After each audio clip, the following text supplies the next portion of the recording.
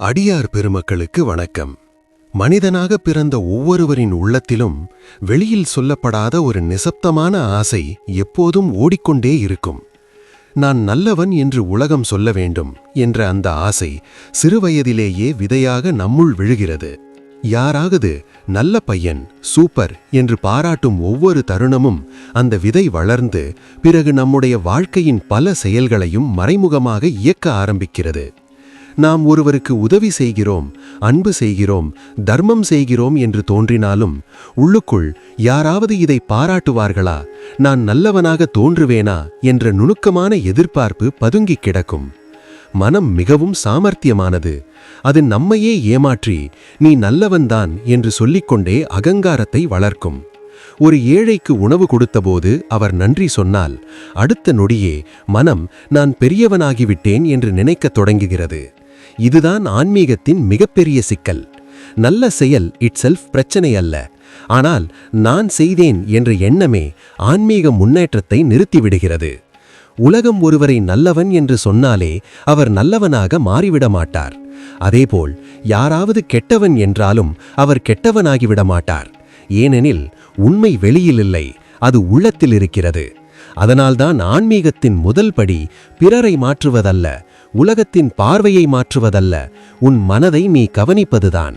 ஒரு செயலை செய்யும் முன், செய்யும்போது, செய்தபின் இதில் என்ன எதிர்பார்ப்பு இருக்கிறது என்று உன்னையே கேட்க ஆரம்பித்தால் அது உன் விழிப்புணர்வின் தொடக்கம். மனம் ஒரு கடல் போன்றது. மேலே ஆசைகள், புகழ்ச்சியின் விருப்பம், நான் என்ற எண்ணம் அலைபாய்ந்தாலும் அடியில் ஒரு அமைதி, ஒரு சுத்தம், ஒரு உண்மை இருக்கிறது. அந்த அடிக்குச் செல்ல வேண்டும் என்றால் மேலே இருக்கும் நல்லவனாக வேண்டும் என்ற ஆசையையே விட வேண்டும். உண்மையில் ஆன்மீகம் என்பது நல்லவனாக நடிப்பதல்ல, உண்மையாக இருப்பது. நீ உண்மையாக இருந்தால் நல்லது தானாக உன்னிடமிருந்து வெளிப்படும். ஆகவே செய், ஆனால் அதை உன்னுடையதாக எண்ணாதே.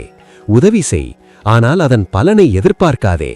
யாராவது பாராட்டினாலும் திட்டினாலும் உன் உள்ளம் அசையாமல் இருந்தால்தான் அது உண்மையான ஆன்மீக நிலை.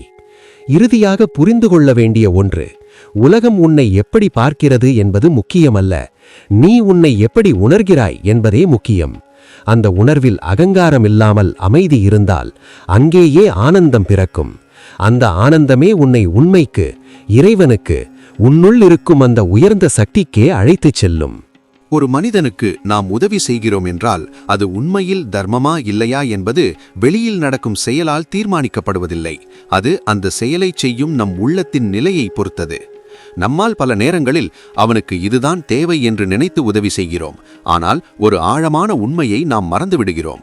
மற்றொரு உயிரின் உண்மையான தேவையை முழுமையாக அறிந்திருப்பது மனிதனுக்கு மிகவும் கடினம். அது இறைவனுக்கே தெரியும் ஒரு ரகசியம். குளிரில் நடுங்கிக் கொண்டிருக்கும் ஒருவருக்கு நாம் ஒரு போர்வை வாங்கித் தரலாம். நம் மனதில் இவன் குளிரால் தவிக்கிறான், இதுவே அவனுக்கு உதவி என்ற நல்ல எண்ணம் இருக்கும். ஆனால் அந்த மனிதன் அந்த போர்வையை விற்று கிடைக்கும் சிறிய பணத்தில் தன் குழந்தையின் பசியை அடக்கிக் கொண்டால் அந்த தருணத்தில் உண்மையான உதவி எது? நாம் கொடுத்த போர்வையா அல்லது அவன் பெற்ற உணவா? இங்கேதான் ஒரு ஆழமான உண்மை மறைந்திருக்கிறது. நாம் செய்யும் செயல் ஒரு கருவி மட்டுமே. அதன் பின்னால் நடைபெறும் நிகழ்வுகள் அனைத்தும் ஒரு பெரிய சக்தியின் இயக்கம். அதனால்தான் தர்மம் செய்யும் போது நான் சரியாக செய்தேனா என்ற சந்தேகமும் தேவையில்லை. அவன் இதை பயன்படுத்துவானா என்ற எதிர்பார்ப்பும் தேவையில்லை. நாம் செய்ய வேண்டியது ஒன்றே ஒன்று, நம் மனதில் எழும் தூய உணர்வை கேட்டு அதன்படி செயல்படுவது.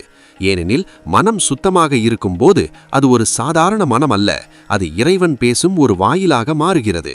அந்த நேரத்தில் உன் உள்ளத்தில் எழும் அவனுக்கு உதவி செய், இவளுக்கு உணவு கொடு, இங்கே நின்று காத்திரு என்ற எண்ணங்கள் அனைத்தும் உன்னுடையவை அல்ல. அவை உன்னுள்ளிருக்கும் தெய்வீக சக்தியின் வழிகாட்டுதல்கள். ஆனால் மனிதன் செய்யும் மிகப்பெரிய தவறு என்னவென்றால் அவன் செயலை செய்த பின் அதன் மீது உரிமை கொள்கிறான். நான் கொடுத்தேன், நான் உதவினேன், அவன் என் உதவியால் வாழ்கிறான் என்று நினைக்கும் அந்த நொடியில் தர்மத்தின் தூய்மை குலைகிறது. உண்மையான தர்மம் என்பது கொடுத்த பொருளில் இல்லை, கொடுத்த மனநிலையில் இருக்கிறது. அது ஒரு பரிமாற்றம் அல்ல, அது ஒரு ஒப்பந்தம் அல்ல, அது ஒரு சுத்தமான பாய்ச்சல். ஒரு இடத்திலிருந்து அன்பு எழுந்து மற்றொரு இடத்தை சென்றடையும் ஒரு புனித ஓட்டம். நீ ஒரு விதையை நட்டால் அது எங்கே விழுகிறது, எப்படி பெருகுகிறது, எத்தனை மரங்களாக மாறுகிறது என்பதை நீ கட்டுப்படுத்த முடியாது. அதுபோல நீ செய்த உதவியின் பலன் எப்படி பரவுகிறது என்பதை அறியும் அதிகாரமும் உன்னிடம் இல்லை. ஆகவே எதிர்பார்ப்பில்லாமல் செய். நீ கொடுத்த உணவை அவன் உடனே சாப்பிட வேண்டிய அவசியமில்லை.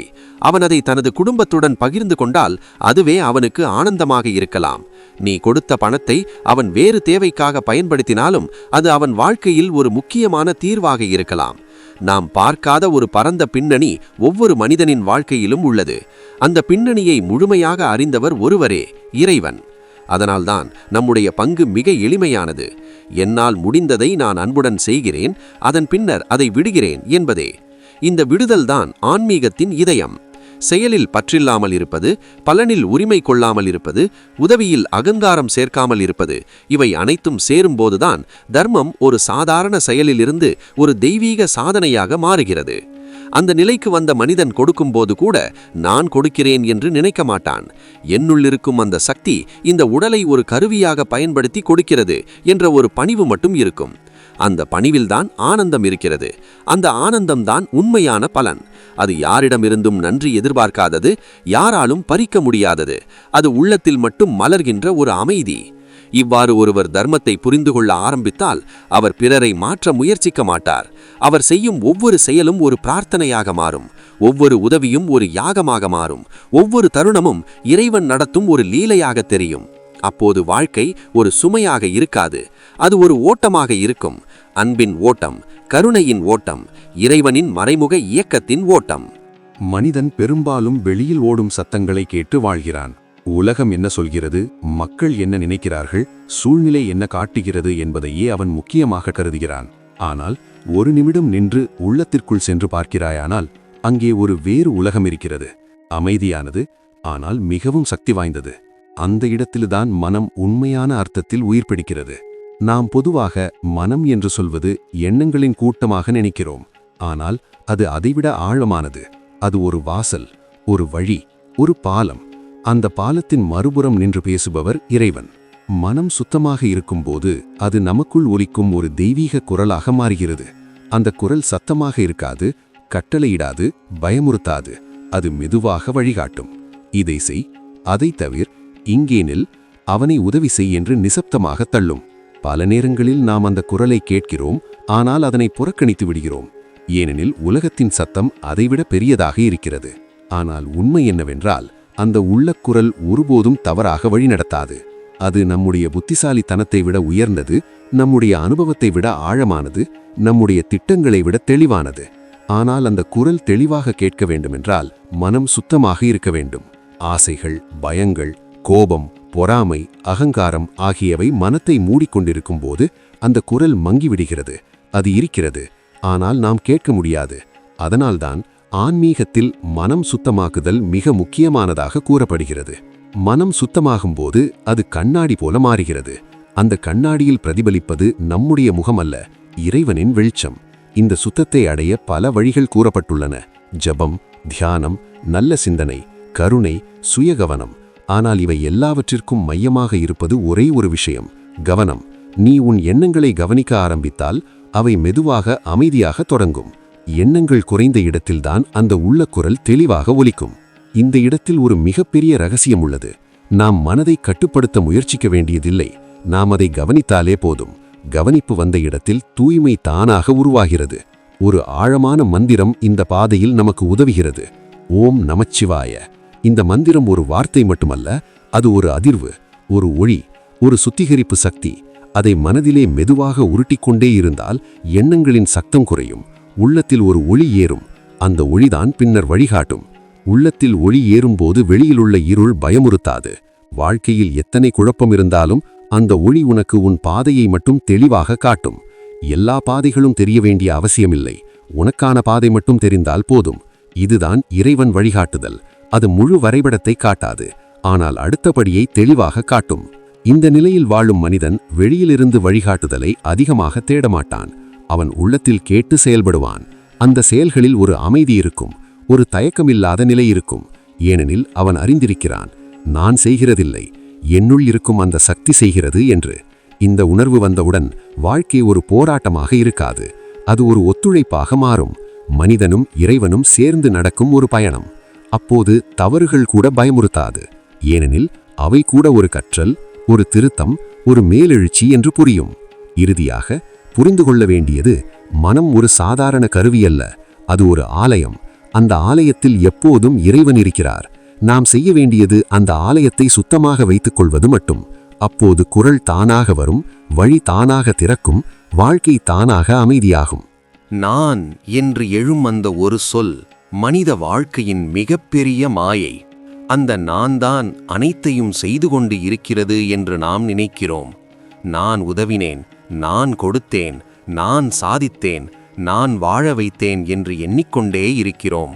ஆனால் ஒரு நிமிடம் ஆழமாக நின்று பார்த்தால் ஒரு கேள்வி எழும். இந்த நான் யார்? இந்த உடலா? இந்த எண்ணங்களா? இந்த சுவாசமா? இவற்றில் எதுவும் நம்மால் கட்டுப்படுத்தப்படுவதில்லை. சுவாசம் கூட நம்மால் இயக்கப்படுவதில்லை. இதயம் கூட நம்மால் துடிக்க வைக்கப்படுவதில்லை.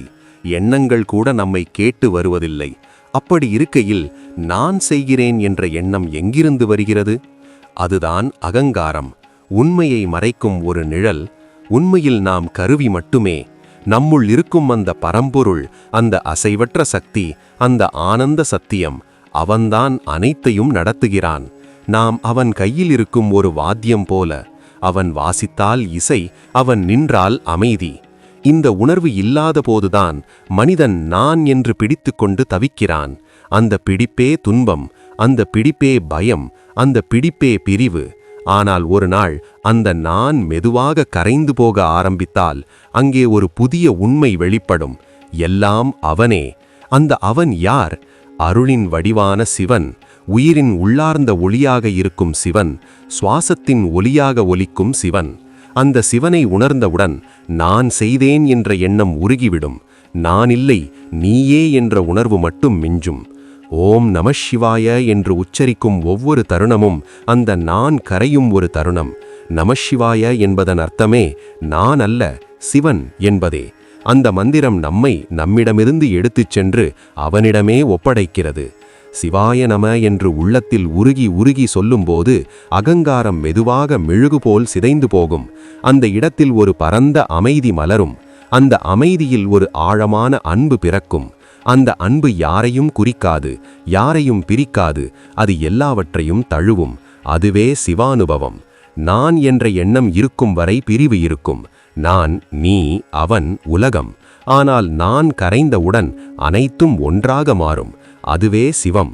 அந்த ஒன்றான நிலையை அடைய மனிதன் போராட வேண்டியதில்லை. அவன் விட வேண்டும். நான் என்ற பிடியை விட வேண்டும். என்னுடையது என்ற எண்ணத்தை விட வேண்டும். என்னால் என்ற பெருமையை விட வேண்டும். விடும் இடத்தில்தான் சிவன் வெளிப்படுகிறார். ஒரு ஆழமான உண்மை, நாம் எதையும் செய்யவில்லை. நம்முள் இருக்கும் சிவன்தான் அனைத்தையும் செய்கிறார். நம்மால் யாரையும் காப்பாற்ற முடியாது. நம்மால் யாரையும் உயர்த்த முடியாது. நம்மால் எதையும் உருவாக்க முடியாது. ஆனால் அவன் நம்மை ஒரு கருவியாக பயன்படுத்தினால் அந்த கருவியின் வழியாக அற்புதங்கள் நடக்கும். அப்போது நாம் செய்ய வேண்டியது ஒன்றே ஒன்று, பணிவு. நான் அல்ல, நீயே என்று உள்ளத்தில் சொல்லும் பணிவு. என்னுள் நீயே நடிக்கிறாய் என்ற ஒப்புதல். என்னால் அல்ல, உன் அருளால் என்ற நன்றி. இந்த நிலைக்கு வந்தவுடன் வாழ்க்கை ஒரு சுமை இல்லை, அது ஒரு அர்ப்பணம். ஒவ்வொரு செயலும் ஒரு பூஜை, ஒவ்வொரு சுவாசமும் ஒரு ஜபம், ஒவ்வொரு எண்ணமும் ஒரு தியானமாகிவிடும். சிவா, என்னுள் நீயே இருக்கிறாய். என் சுவாசத்தில் நீயே ஓடுகிறாய். என் எண்ணங்களில் நீயே எழுகிறாய். நான் என்று நினைத்த எல்லாமே நீயே. என் அகங்காரத்தை எரித்துவிடு. என் நான் என்பதை கரைத்துவிடு. நான் இல்லாத இடத்தில் நீ முழுமையாக வெளிப்படு. இந்த பிரார்த்தனை உண்மையாக உள்ளத்தில் எழும்போது அங்கே மாற்றம் தவிர்க்க முடியாதது. அகங்காரம் இருந்த இடத்தில் அருள் வரும். பிடிப்பு இருந்த இடத்தில் விடுதல் வரும். குழப்பம் இருந்த இடத்தில் தெளிவு வரும். அப்போது மனிதன் தனியாக வாழவில்லை, அவன் சிவனோடு வாழ்கிறான். அவன் செய்கிறதில்லை, சிவன் செய்கிறார். அவன் நடக்கிறதில்லை, சிவன் நடத்துகிறார். இதுவே ஆன்மீகத்தின் உச்சம். நான் கரைந்து சிவம் மட்டும் மிஞ்சும் அந்த பரிபூரண நிலை. பெரும்பாலும் நாம் தேடிக்கொண்டிருப்பது சந்தோஷம்தான். ஆனால் அந்த சந்தோஷத்தை எங்கே தேட வேண்டும் என்பதில்தான் நாம் வழி தவறுகிறோம். நல்ல சம்பளம் இருந்தால் சந்தோஷம், நல்ல குடும்பம் இருந்தால் சந்தோஷம், சண்டையில்லாத உறவுகள் இருந்தால் சந்தோஷம், குழந்தைகள் நல்லபடி வளர்ந்தால் சந்தோஷம். இப்படி பல நிபந்தனைகள் வைத்துக்கொண்டுதான் நாம் வாழ்கிறோம். இந்த நிபந்தனைகள் நிறைவேறினால் வாழ்க்கை முழுமையாகிவிடும் என்று நம்புகிறோம். ஆனால் ஒரு ஆழமான உண்மையை வாழ்க்கை நமக்கே கற்றுக் கொடுக்கும். இவை அனைத்தும் இருந்தாலும் உள்ளத்தில் ஒரு வறுமை இருந்து கொண்டே இருக்கும். வெளியிலெல்லாம் சரியாக இருந்தாலும் உள்ளத்தில் ஏதோ குறைபாடு, ஏதோ நிரப்பப்படாத இடம், ஏதோ சொல்ல முடியாத தாகம் இருந்து கொண்டே இருக்கும். ஏனென்றால் நாம் பிறருக்காக, பொறுப்புகளுக்காக, கடமைகளுக்காக வாழ கற்றுக்கொண்டோம். ஆனால் என்னுள் நான் யார், என் உள்ளம் உண்மையில் என்ன விரும்புகிறது என்று கேட்கவே இல்லை. குடும்பத்திற்காக பல விஷயங்களை விட்டுக் கொடுத்தோம். உறவுகளுக்காக நம்மை மறைத்துக் கொண்டோம். உலகத்தின் எதிர்பார்ப்புகளுக்காக நம் உண்மையை அடக்கிக் கொண்டோம். இப்படி வாழ்ந்து கொண்டே போகும்போது ஒரு நாள் மனம் மெதுவாக குரல் கொடுக்கும், நான் எங்கே என்று. அந்த குரலை நாம் கேட்காமல் தொடர்ந்து ஓடிக்கொண்டே இருந்தால் வாழ்க்கை ஒரு சுமையாக மாறிவிடும். வெளியில் சிரிப்பு இருந்தாலும் உள்ளத்தில் சோர்வு இருக்கும். ஒரு மிகப்பெரிய உண்மை, நீ உன்னை சந்தோஷமாக வைத்துக்கொள்ள முடியவில்லை என்றால் பிறரை உண்மையாக சந்தோஷப்படுத்த முடியாது. நீ உள்ளத்தில் அமைதியாக இல்லை என்றால் உன் அன்பு கூட ஒரு அழுத்தமாக மாறிவிடும். நீ உன்னை ஏமாற்றிக் கொண்டு நான் எல்லோருக்கும் நல்லது செய்கிறேன் என்று நினைத்தால் அது ஒரு மாயை மட்டுமே. உண்மையான அன்பு என்பது உன்னுள் நிரம்பி வழியும் ஆனந்தத்தின் வெளிப்பாடு. அது கட்டாயமல்ல, அது சுமையல்ல, அது ஒரு இயல்பு ஓட்டம். அதனால்தான் முதலில் நீ உன்னை அறிந்து கொள்ள வேண்டும். உன் உள்ளத்தில் ஆனந்தத்தை உருவாக்க வேண்டும். அந்த ஆனந்தம் வெளியில் கிடைக்காது. அது உன்னுள் இருக்கும் தெய்வீகத்தின் தொடுதல் மூலம் மட்டுமே மலரும். இங்கேதான் சிவபெருமான் நம் வாழ்க்கையில் நுழைகிறார். வெளியில் தேடிக்கொண்டிருந்த சந்தோஷம் உண்மையில் உன்னுள் சிவமாகவே இருந்தது என்பதை அவர் உணர்த்துகிறார். சிவா, நான் வெளியில் தேடிய எல்லாமே உன்னுள் இருந்ததே. நான் ஓடிய பாதைகளெல்லாம் உன்னிடமே வந்தடைந்ததே. நான் தேடிய அன்பு நீயே, நான் நாடிய அமைதி நீயே, நான் விரும்பிய ஆனந்தம் நீயே என்று உள்ளம் உருகும் தருணம் வந்தால் அந்த நொடியில் வாழ்க்கை மாறிவிடும். அப்போது சந்தோஷம் ஒரு நிபந்தனை அல்ல, அது ஒரு நிலை. அது சம்பளத்தால் வருவதில்லை, உறவுகளால் வருவதில்லை, வெளிப்புற சூழ்நிலையால் வருவதில்லை. அது உன்னுள் சிவன் விழித்தெழும்போது தானாக மலரும் ஒரு பூ. ஓம் நமச்சிவாய என்று உள்ளத்தில் ஜபிக்கும்போது அந்த ஒலி மெதுவாக உன் மனத்தின் ஆழத்திற்குள் சென்று அங்கே இருக்கும் வெறுமையை நிரப்பத் தொடங்கும். அந்த ஜபம் ஒரு வார்த்தை அல்ல, அது ஒரு இணைப்பு. மனிதனையும் சிவனையும் இணைக்கும் ஒரு நாதம். அந்த நாதம் உன்னுள் தொடர்ந்து ஓடிக்கொண்டே இருந்தால் நீ தனியாக இருப்பதில்லை. நீ ஒருபோதும் வெறுமையாக உணரமாட்டாய். ஏனெனில் அந்த இடம் சிவனால் நிரம்பியிருக்கும். அப்போது வாழ்க்கையின் சிக்கல்கள் இருந்தாலும் அவை உன்னை உடைக்காது, அவை உன்னை ஆழமாக்கும். உறவுகள் இருந்தாலும் அவை உன்னை கட்டுப்படுத்தாது, அவை உன்னுள் இருக்கும் அன்பை வெளிப்படுத்தும் ஒரு வாயிலாக மாறும். சிவா, நான் உலகத்திற்காக வாழ்ந்தேன், இப்போது உனக்காக வாழ விரும்புகிறேன். நான் பிறரை மகிழ்விக்க ஓடினேன், இப்போது உன்னுள் அமைதியாக இருக்க விரும்புகிறேன். என் உள்ளத்தை நீ நிரப்பு, என் உயிரை நீ வழிநடு, என் வாழ்க்கையை நீ அர்த்தமுள்ளதாக்கு என்று உள்ளத்தில் உண்மையாக பிரார்த்தனை எழுந்தால் அந்த பிரார்த்தனைக்கு பதில் நிச்சயம் வரும். அது வெளியிலிருந்து வராது, உன்னுள்ளிருந்து எழும். ஒரு அமைதியாக, ஒரு தெளிவாக, ஒரு ஆனந்தமாக. அந்த நிலையில் வாழும் மனிதன் வாழ்க்கையை வேறொரு பார்வையில் பார்க்க ஆரம்பிப்பான். அவனுக்கு சந்தோஷம் என்பது கிடைக்கும் ஒன்றல்ல, அது வெளிப்படும் ஒன்றாக மாறும். அவன் பெறுவதற்காக வாழமாட்டான், பகிர்வதற்காக வாழ்வான். அவன் உறவுகளால் நிரம்ப மாட்டான், அவன் உள்ளத்தில் இருக்கும் சிவத்தின் ஆனந்தத்தால் நிரம்புவான். அதுவே உண்மையான வாழ்க்கை, அதுவே சிவம் நிறைந்த வாழ்க்கை. வாழ்க்கையின் ஒரு கட்டத்தில் ஒவ்வொருவருக்கும் ஒரு இருள் தருணம் வரும். எல்லாம் சரியாக இருந்தது போல தோன்றிய வாழ்க்கை திடீரென சிதறிப்போகும். நம்பிக்கைகள் உடையும், பாதைகள் மறையும். எதை நம்புவது என்று தெரியாமல் மனம் தத்தளிக்கும்.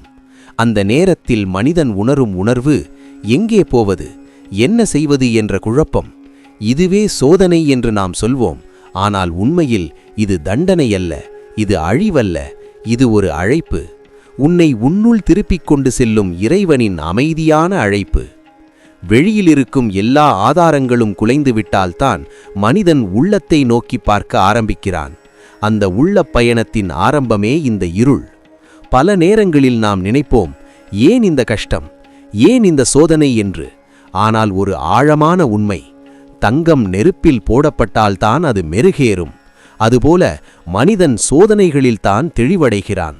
சுகத்தில் வாழும்போது மனம் வெளியே ஓடும், துன்பத்தில்தான் அது உள்ளே திரும்பும்.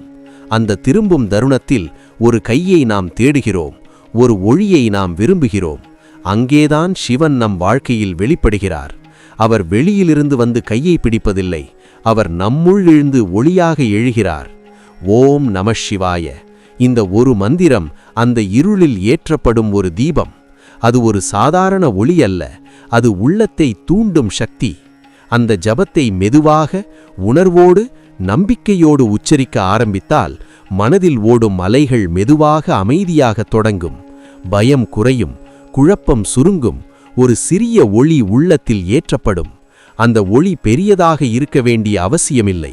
அது ஒரு சிறிய தீப்பொறியாக இருந்தாலும் போதும். ஏனெனில் இருளை அகற்ற ஒரு சிறிய ஒளி போதும். சிவா, என்னை இந்த இருளில் நீயே கொண்டு வந்தாய் என்றால் இங்கேயே நீயே இருக்கிறாய். நான் பாதையை காணவில்லை என்றால் என் கண்களை திறந்து வழிகாட்டுவது நீயே. நான் தடுமாறினால் என்னை தாங்குவது நீயே. இந்த நம்பிக்கை உள்ளத்தில் எழுந்தவுடன் பயம் மெதுவாக கரையும். அந்த நம்பிக்கைதான் சரணாகதி. சரணாகதி என்பது தோல்வி அல்ல, அது மிகப்பெரிய சக்தி. நான் முடியவில்லை, நீயே நடத்த வேண்டும் என்று உள்ளம் முழுவதும் ஒப்படைக்கும் அந்த தருணத்தில்தான் சிவன் முழுமையாக செயல்பட ஆரம்பிக்கிறார். அதுவரை நாம் முயற்சித்துக் கொண்டிருந்தோம். அந்த தருணத்திலிருந்து அவர் நடத்த ஆரம்பிக்கிறார். வாழ்க்கையில் எல்லா பாதைகளும் மூடப்பட்டு விட்டது போல தோன்றும் ஒரு தருணம் வரும். 8 திசைகளும் இருளால் மூடப்பட்டு எந்த திசையில் செல்ல வேண்டும் என்று தெரியாமல் நின்று விடுவோம். அந்த நேரத்தில் நாம் வெளியில் ஒளியை தேடினால் அது கிடைக்காது. உள்ளத்தில் ஒளி ஏற்றினால் மட்டுமே வெளியில் பாதை தெரியும். அந்த உள்ள ஒளியை ஏற்றுவது சிவநாமம். ஓம் நமசிவாய, ஓம் நமசிவாய என்று உச்சரிக்கும் ஒவ்வொரு தருணமும் அது ஒரு ஒளிக்கதிராக உள்ளத்தில் பரவுகிறது. அந்த ஒளி வளர வளர வெளியிலுள்ள இருள் அதன் தாக்கத்தை இழக்கிறது. இறுதியில் அந்த ஒளி உனக்கான ஒரு பாதையை மட்டும் தெளிவாக காட்டும். எல்லா பாதைகளும் தெரிய வேண்டிய அவசியமில்லை. உனக்கான ஒரு பாதை தெரிந்தால் போதும். அது சிவன் காட்டும் பாதை. சிவா, நான் தடுமாறுகிறேன், ஆனால் நான் வீழ மாட்டேன். ஏனெனில் என் பின்னால் நீ இருக்கிறாய். நான் அழுகிறேன், ஆனால் நான் உடைய மாட்டேன். ஏனெனில் என் உள்ளத்தில் நீ இருக்கிறாய். நான் பாதையை காணவில்லை, ஆனால் நான் பயப்பட மாட்டேன். ஏனெனில் என் வழியை நீயே காட்டப்போகிறாய். இந்த நம்பிக்கைதான் பக்தியின் உயிர். இந்த நம்பிக்கை இருந்தால் சோதனைகள் வந்தாலும் அது பயமாக இருக்காது. அது ஒரு பரிசோதனை, ஒரு பரிமாற்றம், ஒரு பரிமளமாக மாறும். இறுதியில் புரிந்து கொள்ள வேண்டியது, வாழ்க்கையின் இருள் தருணங்கள் நம்மை உடைக்க வருவதில்லை. அவை நம்மை உன்னதமாக்க வருகிறவை. அவை நம்மை வெளியிலிருந்து உள்ளத்திற்கு கொண்டு வருகிறவை.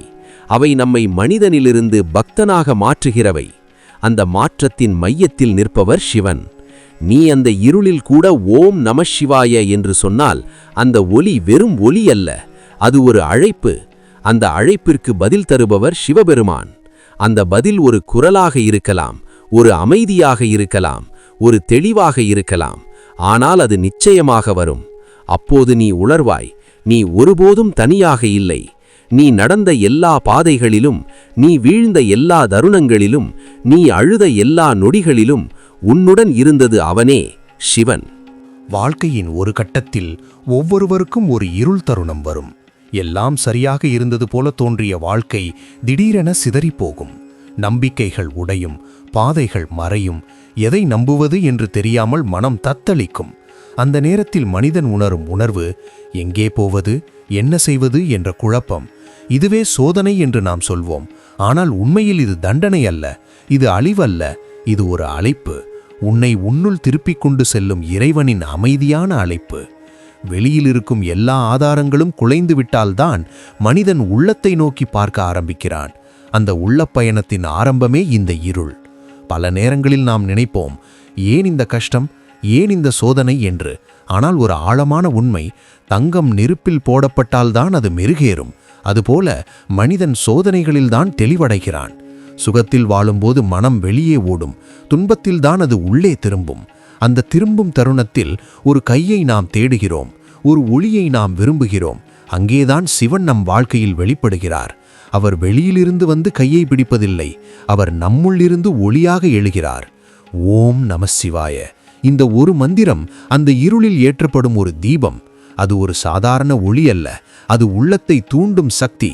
அந்த ஜபத்தை மெதுவாக உணர்வோடு நம்பிக்கையோடு உச்சரிக்க ஆரம்பித்தால் மனதில் ஓடும் அலைகள் மெதுவாக அமைதியாக தொடங்கும். பயம் குறையும், குழப்பம் சுருங்கும். ஒரு சிறிய ஒளி உள்ளத்தில் ஏற்றப்படும். அந்த ஒளி பெரியதாக இருக்க வேண்டிய அவசியமில்லை. அது ஒரு சிறிய தீப்பொறியாக இருந்தாலும் போதும். ஏனெனில் இருளை அகற்ற ஒரு சிறிய ஒளி போதும். சிவா, என்னை இந்த இருளில் நீயே கொண்டு வந்தாய் என்றால் இங்கேயே நீயே இருக்கிறாய். நான் பாதையை காணவில்லை என்றால் என் கண்களை திறந்து வழிகாட்டுவது நீயே. நான் தடுமாறினால் என்னை தாங்குவது நீயே. இந்த நம்பிக்கை உள்ளத்தில் எழுந்தவுடன் பயம் மெதுவாக கரையும். அந்த நம்பிக்கைதான் சரணாகதி. சரணாகதி என்பது தோல்வி அல்ல, அது மிகப்பெரிய சக்தி. நான் முடியவில்லை, நீயே நடத்த வேண்டும் என்று உள்ளம் முழுவதும் ஒப்படைக்கும் அந்த தருணத்தில்தான் சிவன் முழுமையாக செயல்பட ஆரம்பிக்கிறார். அதுவரை நாம் முயற்சித்துக் கொண்டிருந்தோம். அந்த தருணத்திலிருந்து அவர் நடத்த ஆரம்பிக்கிறார். வாழ்க்கையில் எல்லா பாதைகளும் மூடப்பட்டு விட்டது போல தோன்றும் ஒரு தருணம் வரும். 8 திசைகளும் இருளால் மூடப்பட்டு எந்த திசையில் செல்ல வேண்டும் என்று தெரியாமல் நின்று விடுவோம். அந்த நேரத்தில் நாம் வெளியில் ஒளியை தேடினால் அது கிடைக்காது. உள்ளத்தில் ஒளியேற்றினால் மட்டுமே வெளியில் பாதை தெரியும். அந்த உள்ள ஒளியை ஏற்றுவது சிவநாமம். ஓம் நமசிவாய, ஓம் நமசிவாய என்று உச்சரிக்கும் ஒவ்வொரு தருணமும் அது ஒரு ஒளிக்கதிராக உள்ளத்தில் பரவுகிறது. அந்த ஒளி வளர வளர வெளியில் உள்ள இருள் அதன் தாக்கத்தை இழக்கிறது. இறுதியில் அந்த ஒளி உனக்கான ஒரு பாதையை மட்டும் தெளிவாக காட்டும். எல்லா பாதைகளும் தெரிய வேண்டிய அவசியமில்லை. உனக்கான ஒரு பாதை தெரிந்தால் போதும். அது சிவன் காட்டும் பாதை. சிவா, நான் தடுமாறுகிறேன், ஆனால் நான் விழமாட்டேன். ஏனெனில் என் பின்னால் நீ இருக்கிறாய். நான் அழுகிறேன், ஆனால் நான் உடைய மாட்டேன். ஏனெனில் என் உள்ளத்தில் நீ இருக்கிறாய். நான் பாதையை காணவில்லை, ஆனால் நான் பயப்பட மாட்டேன். ஏனெனில் என் வழியை நீயே காட்டப் போகிறாய். இந்த நம்பிக்கைதான் பக்தியின் உயிர். இந்த நம்பிக்கை இருந்தால் சோதனைகள் வந்தாலும் அது பயமாக இருக்காது. அது ஒரு பரிசோதனை, ஒரு பரிமாற்றம், ஒரு பரிமளமாக மாறும். இறுதியில் புரிந்து கொள்ள வேண்டியது, வாழ்க்கையின் இருள் தருணங்கள் நம்மை உடைக்க வருவதில்லை. அவை நம்மை உன்னதமாக்க வருகிறவை. அவை நம்மை வெளியிலிருந்து உள்ளத்திற்கு கொண்டு வருகிறவை. அவை நம்மை மனிதனிலிருந்து பக்தனாக மாற்றுகிறவை. அந்த மாற்றத்தின் மையத்தில் நிற்பவர் சிவன்.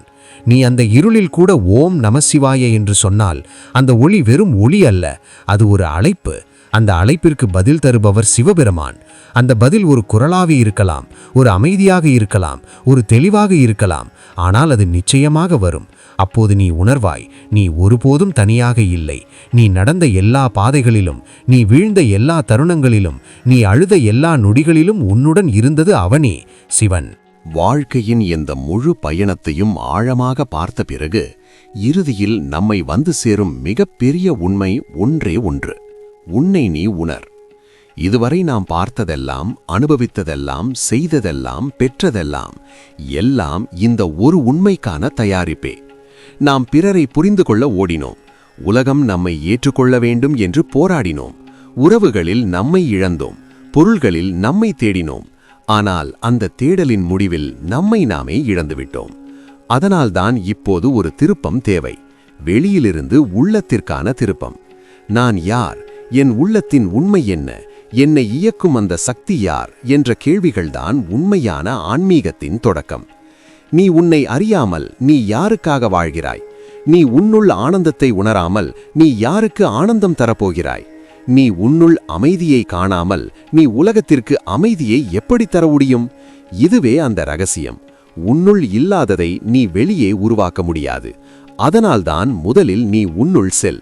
உன் எண்ணங்களை பாரு, உன் ஆசைகளை பாரு, உன் பயங்களை பாரு. அவற்றை ஒதுக்க வேண்டிய அவசியமில்லை. அவற்றை புரிந்து கொள். அந்த புரிதலின் மூலம் ஒரு நாள் அவை தானாக அமைதியாகும். அந்த அமைதியில்தான் நீ உன்னை காண ஆரம்பிப்பாய். அந்த நான் என்ற உணர்வு ஆழமாக சென்றால் அது ஒரு தனி மனிதன் அல்ல என்று புரியும். அது ஒரு பரந்த சக்தி. அது ஒரு சுத்தமான சாட்சியம். அது ஒரு நிலையான அமைதி. அந்த இடத்தில் சென்றவுடன் நான் என்பது கரைந்து சிவம் மட்டும் மிஞ்சும். அப்போது நீ உன்னை பார்க்கவில்லை, உன்னுள் இருக்கும் சிவத்தை பார்க்கிறாய். நீ சுவாசிப்பது உன் சுவாசமில்லை, அது சிவனின் நாதம். நீ நினைப்பது உன் எண்ணமில்லை, அது சிவன் எழுப்பும் அலை. நீ வாழ்வது உன் வாழ்க்கையில்லை, அது சிவன் நடத்தும் லீலை. இந்த உணர்வு வந்தவுடன் வாழ்க்கை முழுவதும் மாறிவிடும். அது ஒரு போராட்டமாக இருக்காது, அது ஒரு ஆனந்தமான ஓட்டமாக மாறும். சிவா, நான் என்னை தேடி ஓடினேன், ஆனால் நான் தேடியது நீயே. நான் என்னை புரிந்து கொள்ள முயன்றேன், ஆனால் புரிந்து கொண்டது உன்னையே. நான் என்னை அடைய விரும்பினேன், ஆனால் அடைந்தது உன் அருளையே. இனி நான் இல்லை, நீ மட்டுமே இருக்கிறாய். இந்த உணர்வுதான் ஆன்மீகத்தின் உச்சம். அந்த உச்சத்தில் எந்த பெருமையும் இல்லை, எந்த அகங்காரமும் இல்லை, எந்த பயமும் இல்லை. அங்கே அமைதி மட்டுமே, அன்பு மட்டுமே, ஆனந்தம் மட்டுமே. அந்த ஆனந்தம் வெளியிலிருந்து வருவதில்லை, அது உன்னுள்ளிருந்து வெளிப்படும். அது யாராலும் தர முடியாதது, யாராலும் பறிக்க முடியாதது. அதனால்தான் இறுதியாக புரிந்து கொள்ள வேண்டியது, வாழ்க்கையின் நோக்கம் எதையும் சேர்ப்பதல்ல, எதையும் நிரூபிப்பதல்ல, எதையும் வெல்வதல்ல. வாழ்க்கையின் நோக்கம் உன்னை நீ அறிதல். அந்த அறிதலில் நீ இறைவனை காண்பாய். அந்த இறைவன் வெளியில் இல்லை, உன்னுள் இருக்கிறார், சிவனாக, சக்தியாக, ஆனந்தமாக. ஓம் நம சிவாய என்று சொல்லும் ஒவ்வொரு தருணமும் அது உன்னை உன்னிடமே அழைத்துச் செல்லும் ஒரு அழைப்பு. அந்த அழைப்பை ஏற்று உள்ளத்திற்குள் சென்றுவிடு. அங்கே நீ தேடிய எல்லாவும் காத்திருக்கிறது. சிவா, நான் என்னை தேடிக்கொண்டே இருந்தேன். ஆனால் நான் என்னுள் பார்த்தபோது நீயே இருந்தாய். இனி நான் எங்கும் போக வேண்டியது இல்லை, ஏனெனில் நான் எங்கே இருந்தாலும் நீயே இருக்கிறாய். என் சுவாசம் உன் நாமமாக இருக்கட்டும், என் மனம் உன் ஆலயமாக இருக்கட்டும், என் வாழ்க்கை உன் அருளின் வெளிப்பாடாக இருக்கட்டும். இந்த நிலைதான் முழுமை, இந்த நிலைதான் விடுதலை, இந்த நிலைதான் சிவம். ஓம் நம சிவாய, ஓம் நம சிவாய, ஓம் நம சிவாய.